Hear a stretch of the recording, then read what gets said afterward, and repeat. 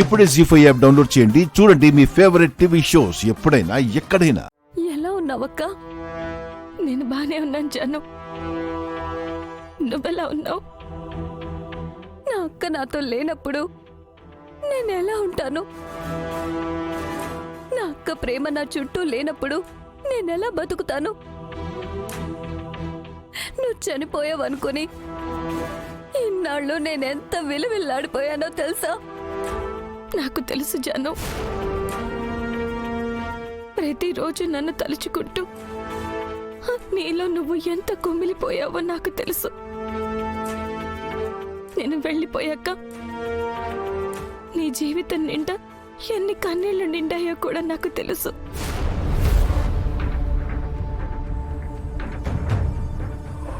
ఎందుకంటే ప్రతి క్షణం నిన్ను గమనిస్తూనే ఉన్నాను. నీ జీవితంలో ఏం జరుగుతుందో నేను తెలుసుకుంటూనే ఉన్నాను. నువ్వేమంటున్నావో నాకు అర్థం కావడం లేదక్క. నేను ఇంటికి వచ్చాను జాను.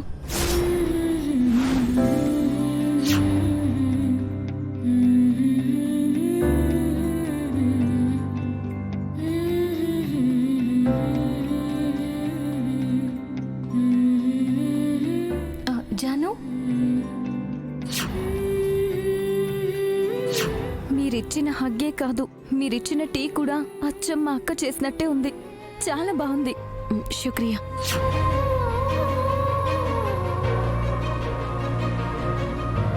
అందనంత దూరంలో ఉన్న ఆ సూర్యుడి భూమికి వెలుగందిస్తున్నట్టు నాకు దూరంగానే ఉండి నా గురించి ఆలోచించావా? నువ్వు చాలా గొప్పదానివక్క. వదినా, అసలు ఎన్ని రోజులు నువ్వేమైపోయావు? ఎక్కడికి వెళ్ళిపోయావు? అసలు ఎందుకు మా అందరికీ దూరంగా ఉన్నావు?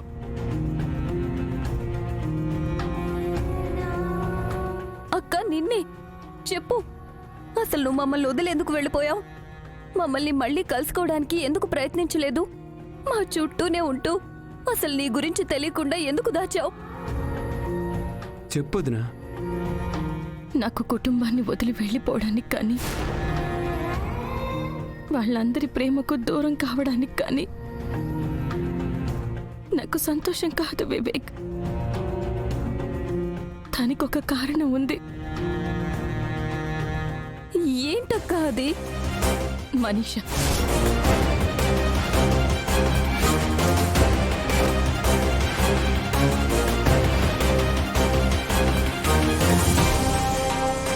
మనీషానా?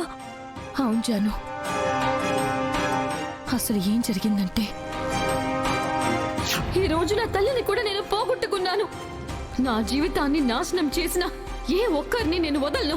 అందులో మొదటగా బలయ్యేది అరవింద్ ఆంటీయే. నీకేం కావాలి? ఏం కావాలన్నా ఇచ్చేస్తావా? కానీ అరవింద్ అత్తయ్య గారి మీద మాట పడకూడదు. ఆమెకు ఎలాంటి కీడు నువ్వు తలపెట్టకూడదు. సరే, అయితే నువ్వు మిత్ర జీవితం నుంచి శాశ్వతంగా వెళ్ళిపోవాలి. నందన్ కుటుంబం నుంచి కనుచూపు మేరలో కనపడకుండా వెళ్ళిపోవాలి.